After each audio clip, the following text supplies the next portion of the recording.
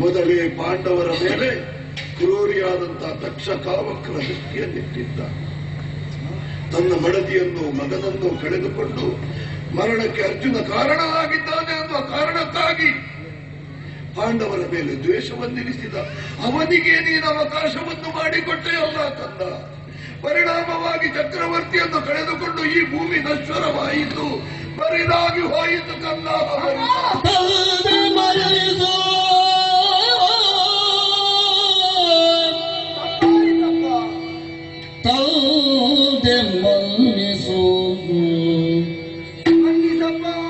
ಎನ್ನ ಕರುಣಾ ಸಿಂಧು ಮಲ್ಲಿಸು, ಕರುಣಾ ಸಿಂಧು ಮಲ್ಲಿಸು. ಮನವು ಹರಿದುದು ಮುಂದ ಯೋಚಿಸಿದಂಥ ಕೃತಿಯದು. ಮನವು ಹರಿದುದು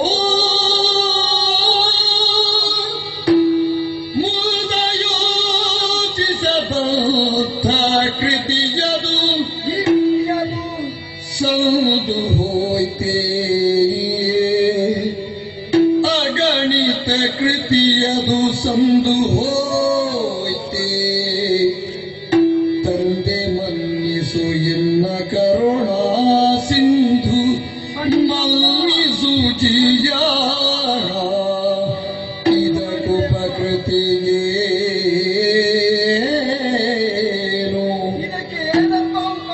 ಜನಕ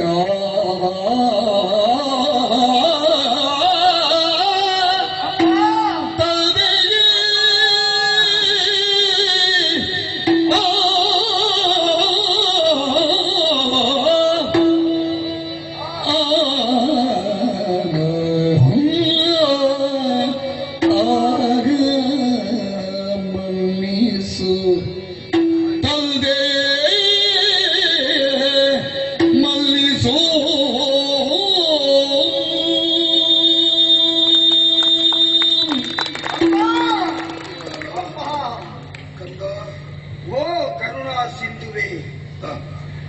ನಿನ್ನ ಹೃದಯ ಶ್ರೀಮಂತಿಕೆ ಎಂತಕ್ಕಪ್ಪ. ಅಂತಲ್ಲಿ ನೀನು ಜನ್ಮ ಕೊಟ್ಟ ಮಗ ಇಂದು ಒಂದು ಕ್ಷಣದಲ್ಲಿ ನಾ ಎಂತಹ ವರ್ತನೆಯನ್ನು ತೋರಿಬಿಟ್ಟೆ. ಮಾತ್ರವಲ್ಲ, ತಪ್ಪು ಮಾಡಿದೆ. ಸಾಮಾನ್ಯದ ತಪ್ಪಲ್ಲಪ್ಪ. ನನ್ನ ಬದುಕಿನಲ್ಲಿ ಇಂದು ಯಾವತ್ತೂ ಮಾಡದಂತಹ ಬಹುದೊಡ್ಡ ತಪ್ಪು ಮಾಡಿದೆ. ತಪ್ಪನ್ನು ತಿದ್ದಿಕೊಳ್ಳುವುದಕ್ಕೆ ಸಾಧ್ಯ ಇಲ್ಲದೆ ಇದ್ದಂತಹ ಅಪರಾಧ ಮಾಡಿದ್ದೇನೆ. ಈಗ ಅರ್ಥ ಆಯ್ತಪ್ಪ. ಸಾಮಾನ್ಯ ವ್ಯಕ್ತಿಗಳೇ ಕೋಪದ ಕೈಯಲ್ಲಿ ಬುದ್ಧಿಯನ್ನು ಕೊಟ್ಟರೆ ಅದರ ಪರಿಣಾಮ ಏನಾಗಿರ್ತದೆ ಎನ್ನುವುದಕ್ಕೆ ಎಷ್ಟೋ ಜ್ವಲಂತ ಸಾಕ್ಷಿಯನ್ನು ನಾವು ಕಂಡಿದ್ದೇವೆ. ಅಂತರದಲ್ಲಿ ವಿವೇಕ ಸಂಪನ್ನರಾದಂತಹ ನಾವೇ ಸಿಟ್ಟಿನ ಕೈಗೆ ಬುದ್ಧಿಯನ್ನು ಕೊಟ್ಟೆವುದಾದ್ರೆ ಅದರಿಂದ ಸಿದ್ಧಿಸಬಹುದಾದಂತಹ ಪರಿಣಾಮ ಏನು? ಕಲ್ಪಿಸಿಕೊಳ್ಳುವಾಗ ಭಯ ಆವರಿಸ್ತಾ ಇದೆ. ನಾನು ಶಪಿಸಿದ್ದು ಸಾಮಾನ್ಯ ವ್ಯಕ್ತಿಯನ್ನೇ, ಆದರೆ ಶಪಿಸುವಂತಹ ಕಾಲಕ್ಕೆ ಆ ವ್ಯಕ್ತಿ ಯಾರು, ಅವನ ಯೋಗ್ಯತೆ ಏನು, ಇದರ ಬಗ್ಗೆ ನಿಂತು ನಾ ಆಲೋಚನೆ ಮಾಡಲಿಲ್ಲಪ್ಪ. ಕೃತ್ಯ ಎಸಗಿದವ ಯಾರೇ ಆಗಿರ್ಲಿ ಎಂಬುದಾಗಿ ಶಾಪ ವಾಕ್ಯ ನನ್ನ ಕಿವಿಯಿಂದ ಹೊರ ಚಿಮ್ಮಲ್ಪಟ್ಟಾಗ ನನ್ನ ವಿವೇಕ ಎನ್ನುವುದು ನನ್ನ ಸ್ವಾಧೀನದಲ್ಲಿ ಇರ್ತಿದ್ರೆ ಅದನ್ನು ವಿವೇಚನೆ ನಾ ಮಾಡ್ತಿದ್ದೆ.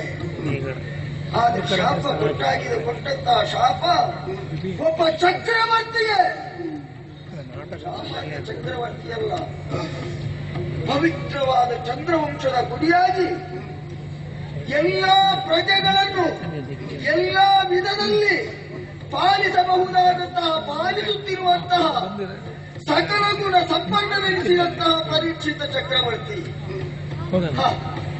ಒಬ್ಬ ಚಕ್ರವರ್ತಿ ಅಂತ ಹೇಳಿದ್ರೆ ನಾಡಿನ ಎಲ್ಲಾ ಪ್ರಜೆಗಳಿಗೆ ತಂದೆಯ ಸ್ಥಾನದಲ್ಲಿ ನಿಂತಾರಂತೆ. ನಿಮ್ಮ ಮಗನಾಗಿ ನಾನು ಅವನಿಗೆ ಶಾಪ ಕೊಟ್ಟೆ.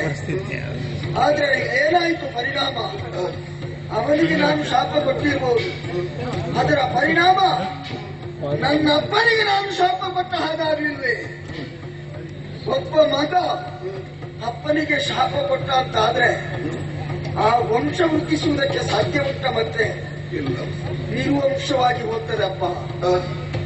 ಅಂತದ್ದೇ ಒಂದು ಚಕ್ರವರ್ತಿ ತಂದೆಯ ನೆಲೆಯಿರುವವನಿಗೆ ಶಾಪವನ್ನು ಕೊಟ್ರೆ ಮುಂದಕ್ಕೆ ಸಿದ್ಧಿಸಬಹುದಾದಂತಹ ಪರಿಣಾಮ ಏನು? ಈಗ ನನ್ನ ಅರಿವಿಗೆ ಬಂದಿದೆ. ಆದ್ರೆ ವಿವೇಕದಿಂದ ಕೊಟ್ಟ ಶಾಪ ಆದ್ರೂ ಆಡಿದ್ದು ನಾನು ಯಾವತ್ತೂ ಖುಷಿಯಾಗುವುದಿಲ್ಲ.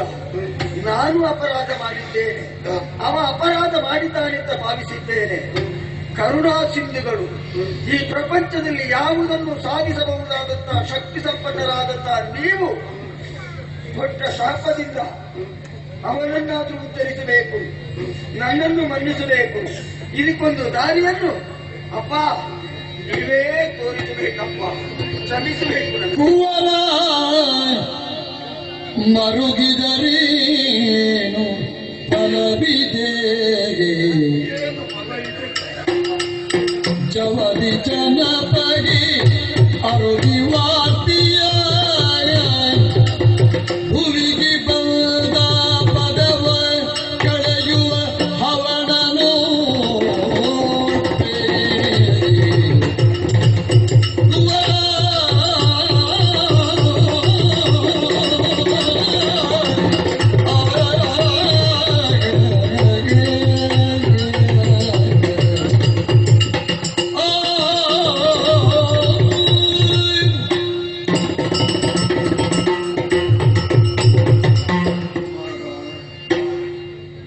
ಅಡುಗೆ ಆದ ಮೇಲೆ ಒಲೆಯಲ್ಲಿ ಎಷ್ಟೇ ಬೆಂಕಿ ಉರಿದ್ರೂ ಉಪಯೋಗ ಇಲ್ಲ.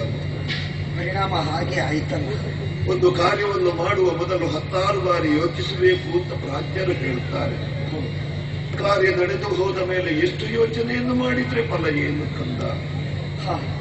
ಚಕ್ರವರ್ತಿಗೆ ಶಾಪವನ್ನೇನೋ ನೀನು ಕೊಟ್ಟಿತ್ತು, ಆದರೆ ಅದನ್ನು ತಪ್ಪಿಸುವ ಬಗೆಯನ್ನೂ ನಾವು ಹುಡುಕಬೇಕು ಕಂದ. ಅದು ನಿಮ್ಮಿಂದ ಮಾತ್ರ ಸಾಧ್ಯ. ಮನುಷ್ಯ ಪ್ರಯತ್ನಕ್ಕಿಂತ ಮಿಗಿಲಾದದ್ದು ಪ್ರಪಂಚದಲ್ಲಿ ಬೇರೇನೂ ಇಲ್ಲ. ಹಾಗಾದ್ರೆ ಒಬ್ಬ ವ್ಯಕ್ತಿ ಸಾಧನೆಯನ್ನು ಮಾಡಿದ ಅಂತ ಆದ್ರೆ ಮೀನಿನಂತೆ ನೀರಿನಲ್ಲಿ ಈಜಬಲ್ಲ, ನೀರಿನ ಮೇಲೆ ನಡೆಯಬಲ್ಲ, ಗಾಳಿಯಲ್ಲಿ ಹಾರಾಡಬಲ್ಲ. ಅಂತಹ ಸಾಧನೆಯನ್ನು ಮಾಡಿಯೂ ಪ್ರಪಂಚದಲ್ಲಿ ವ್ಯಕ್ತಿಗಳು ಬದುಕಿ ಉಳಿಯುವುದಕ್ಕೆ ಸಾಧ್ಯ. ನೀನು ಶಾಪ ಕೊಟ್ಟ ವಿಚಾರ ಅವನಿಗೆ ಗಮನಕ್ಕೆ ಬಂದಿರ್ಲಿಕ್ಕಿಲ್ಲ. ಇದನ್ನು ಅವನಿಗೆ ಮನವರಿಕೆ ಮಾಡಬೇಕು. ಆ ಮರಣದಿಂದ ತಪ್ಪಿಸುವ ದಾರಿಯನ್ನಾದರೂ ನಾವು ಉಳಿಸಲೇಬೇಕು ಮಗು. ಇಲ್ಲಾಂತಾದ್ರೆ ಅವರ ಪ್ರಾಣವನ್ನು ಉಳಿಸುವವರು ಯಾರಿದ್ದಾರೆ? ಈ ಕ್ಷಣದಲ್ಲಿ ಹೋಗಿ ಅವನಿಗೆ ಅರುಹಲೇ ಬೇಡ. ನೀನು ಹೋದೆ ಅಂತ ಆದ್ರೆ ನಿನ್ನ ಮಾತಿಗೆ ಮೌಲ್ಯತೆಯಲ್ಲಿ ಬಂದೀತು ಎಂಬ ಭಾವ ನನಗೆ ಅರ್ಥವಾಗ್ತಾ ಇಲ್ಲ. ಇಲ್ಲಿಯಾದ್ರೂ ನನಗೆ ಶಾಪ ಕೊಟ್ಟವನೇ ಬಂದ ಅಂತಾದ್ರೆ ನಿನ್ನನ್ನು ಕಂಡಾಗ ವ್ಯಗ್ರನಾಗುವುದಕ್ಕೆ ಸಾಧ್ಯ. ಪರ್ಯಾಯ ವ್ಯವಸ್ಥೆಯನ್ನು ನಾನು ಮಾಡ್ತೇನೆ. ನನ್ನ ಶಿಷ್ಯನಿದ್ದಾನೆ ಗೌರಮುಖ, ಅವನನ್ನು ಕಳುಹಿಸಿ ಇಲ್ಲಿ ನಡೆದ ವೃತ್ತಾಂತವನ್ನು ತಪ್ಪಿಸಬಹುದಾದ ಹಾದಿಯನ್ನು ಅವನಿಗೆ ಸೂಚಿಸ್ತೇನೆ. ಗೌರಮುಖ ಅರಮನೆಯತ್ತ ಹೋಗಿ ಎಲ್ಲ ವಿಷಯವನ್ನು ವಿಶದೀಕರಿಸುತ್ತಾನೆ.